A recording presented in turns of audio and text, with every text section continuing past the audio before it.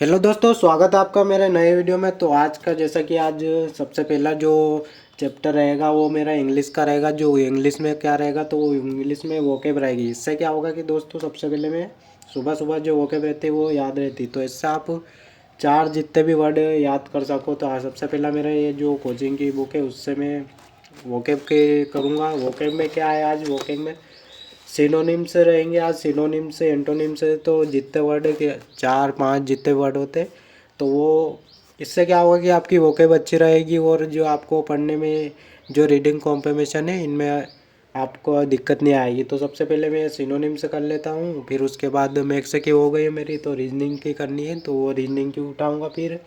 तो ऐसे रहेगा। तो जल्दी से मैं इसको सिनोनिम से जो है वो पढ़ लेता हूँ।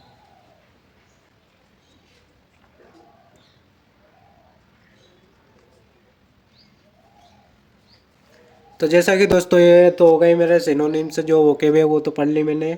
तो आज जो है वो सिनोनिम से का था, तो जितने मैंने आज पांच वर्ड याद किए, तो जितने आपसे हो सके उतने आप कर सको। तो इससे क्या होगा, धीरे धीरे आपके बढ़ते चलेंगे। तो वो जो आप याद करते हैं उनको रिवाइज भी करते रहना चाहिए। तो इससे क्या आपको भूलेंगे नहीं, तो इसलिए इसको दे। तो ये तो हो गई दोस्तों अभी मेरी इंग्लिश के जो चैप्टर है आधा घंटे का जो था वो सिनोनिम्स में हो गए। तो ये हो गया। अब जो चैप्टर मेरा जो कोचिंग में चल रहा है उसका थोड़ा सा रिवाइज कर लूँ, तो मैंने निकाल रखा है वहाँ पे कंजक्शन में चल रहा है सो देट। तो जैसे कि सो देट नहीं है का प्रयोग सामान्यतः क्या होता है, सो देट इधर, तो उसका थोड़ा बहुत मैं प्रैक्टिस कर लेता हूँ जो है वो।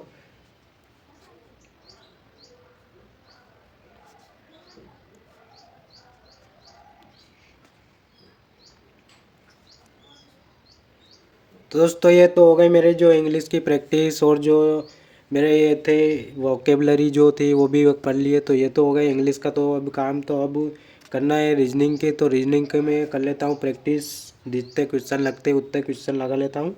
मेरी रीजनिंग में मैं सबसे पहला चैप्टर जो रहेगा मेरा वो अल्फ़ाबेट का रहेगा। अल्फ़ाबेट में आपको सबसे पहले क्या वर्ड याद रहने चाहिए। वर्ड में जैसे कि ए पे कौन सा आता है, बी पे कौन सा आता है, तो उसके आगे मैं प्रैक्टिस कर लेता हूँ अल्फ़ाबेट में कौन सा आता है।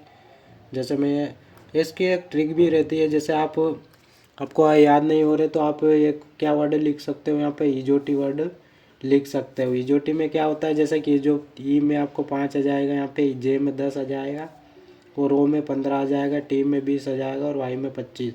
इससे क्या होगा दोस्तों कि आपका जो सारे वर्ड इससे हो जाएंगे। जैसे कि आप कोई सा भी वर्ड यहाँ पर लिखते हुए इंदौर लिखते हो, तो जैसे कि इंदौर में क्या है, जैसे कि 10 से पास में, तो ई जी एच आई आपका कहाँ पे आएगा, तो एच 8 है, इस पे 9 पे आएगा। एन कहाँ पे आएगा, जैसे कि ये 15 पे है तो इससे पहले आएगा, तो ऐसे आपको एन पे 14 आएगा। डी पे क्या है, तो ई डी ई 5 पे, तो इससे पहले आएगा तो 4 आएगा। ओ पे कितने 15, तो वो 15 पे। आर क्या है, तो आर है जैसे कि आप 15 या 20 कोई सा भी ले सकते हो इसमें। जैसे कि 20 से पहले आएगा तो 18 पे, तो ये 18 पे आ रहेगा। तो ऐसा आप इसकी प्रैक्टिस कर सकते हो। ईजोटी जो एक वर्ड रहता है, जैसे ये सिंपल है तो इससे आपको सारे वर्ड याद रह जाएंगे। तो ऐसा आप इसकी ट्रिक है। और तो रीजनिंग का एक अलग से अगर चैप्टर रहेगा तो उसका फिर बताऊंगा। तो अभी ये जैसे ईजोटी है तो ऐसे आप वर्ड याद कर सकते हो। तो रीजनिंग में क्या है, आपको कॉन्सेप्ट समझने रहते, तो ऐसे उसमें कोई ट्रिक नहीं है, ऐसे कोई नहीं, कॉन्सेप्ट समझने रहते, क्विज में क्या लगेगा वो समझने रहता है। तो ऐसा आप कर सकते हो। तो मैं कर लेता हूँ इसकी जल्दी से प्रैक्टिस, जो जितने भी हो जाएंगे मेरे क्वेश्चन तो मैं कर लेता हूँ इसके।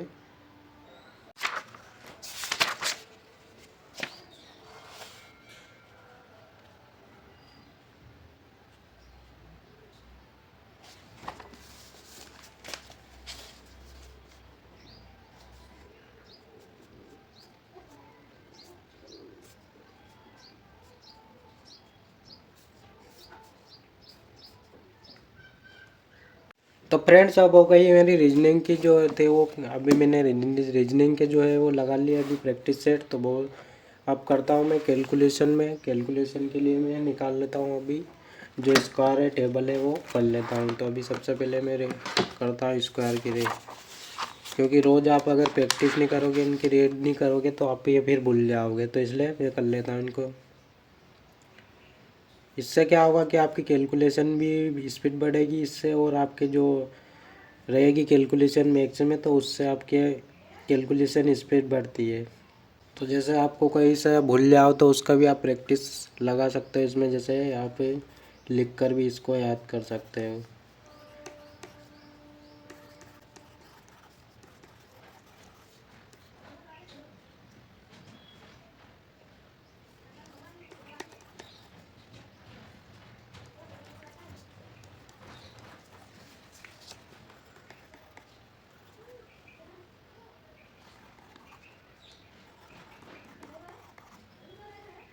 तो फ्रेंड्स मैंने अभी स्क्वायर और क्यूब भी जो है थे वो पढ़ लिए मैंने, अभी इनके भी रिवाइज कर लिया। तो जो आज का मेरा टारगेट था वो पूरा हो गया।